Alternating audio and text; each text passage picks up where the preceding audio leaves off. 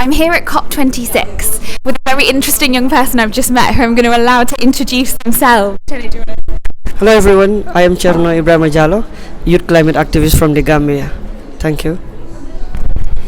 So, Cherno, I'm so interested in your experience of climate change in the Gambia and how it's affecting health. Could you tell us a little bit about that? Yeah, absolutely.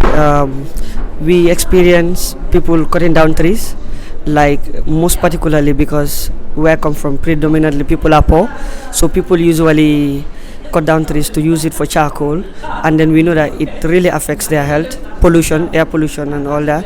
So, and many people also don't believe in climate change. Yeah, that's a striking thing.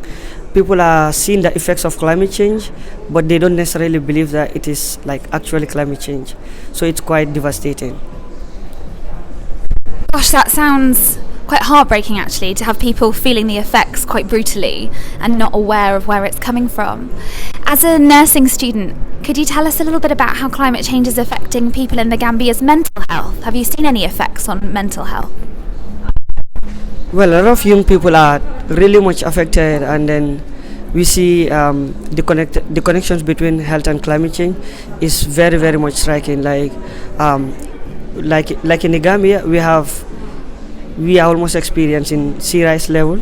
And then the city where I was born, in Banjul, a lot of the coast we are experiencing coastal erosion, and also that is affecting the people.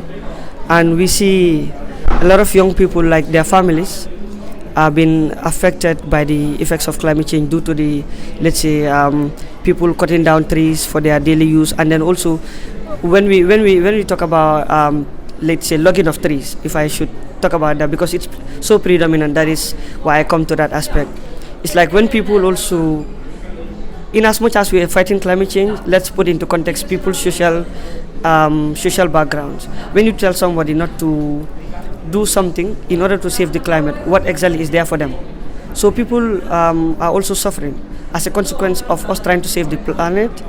It's like people are becoming poor, and maybe girls can even go out of school. Let's say for the poor mothers that are using firewood or charcoal to sell to get their kids to school, when we tell them to stop having to use charcoal or having to sell charcoal in order to.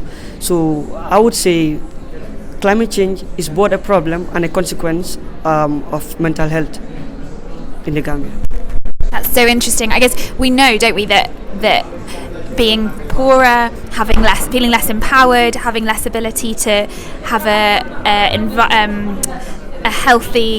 way of living that's healthily for your mind is going to have a massive effect on mental health. And I think that's so interesting. Thank you so much for talking with us. Thank you.